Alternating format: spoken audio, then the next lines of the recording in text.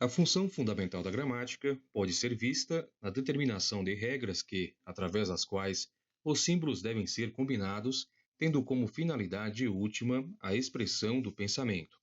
E esses princípios administram três atos gramaticais: a substituição de símbolos correspondentes, a combinação de símbolos e, por último, a sua separação.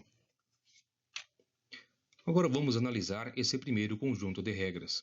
Número 1. A primeira regra estipula que todo nome próprio pode ser convertido numa descrição empírica. Exemplos: Sócrates, o homem que criou a filosofia, o professor de Platão, o homem que foi condenado ao envenenamento pela cicuta, e assim sucessivamente. Número 2. Já a segunda apregoa que todo nome comum pode ser convertido numa descrição geral. Exemplo: rato, um animal pequeno, peludo, com bigode grande e que rói as coisas. 3. A terceira postula que uma palavra pode ser ampliada numa frase ou grupo de palavras.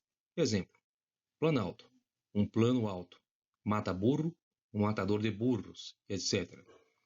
A quarta e última já ensina que uma sentença pode ser convertida numa frase ou grupo delas. Por exemplo, esta aula pode ser convertida a esta atividade é uma aula. Agora vamos falar a respeito das regras de contração.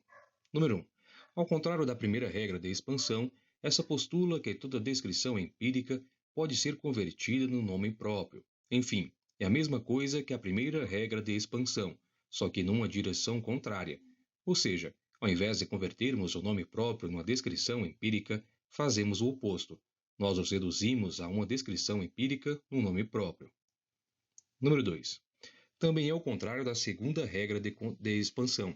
Ela ensina que toda descrição geral pode ser convertida no nome comum, ou seja, contraída ou resumida. Exemplo: o único mamífero que voa, morcego, cai de pé e corre deitada, chuva. Número 3. Essa regra postula que uma frase pode ser reduzida a uma sentença. Exemplo: o homem tem as costas largas, o homem com costas largas, o homem de costas largas. Quarta. Já a quarta ensina que uma sentença pode ser contraída numa palavra. Exemplo: água que corre igual a correnteza, pessoa que estuda, estudioso. Bem, essas regras permeiam a totalidade de estilos de escrita possíveis. Todavia, o estilo mais próximo das regras de contração são mais adequados para a comunicação com adultos, enquanto que as de expansão são mais desejáveis para as crianças, já que elas precisam de maiores detalhes e explicações para poderem compreender o que dizemos. Agora lhes farei algumas observações finais de acordo com a minha experiência pessoal com o Trivium. Notei que o treinamento dessas regras nos traz uma infinidade de benefícios, tanto em matéria de percepção quanto de compreensão.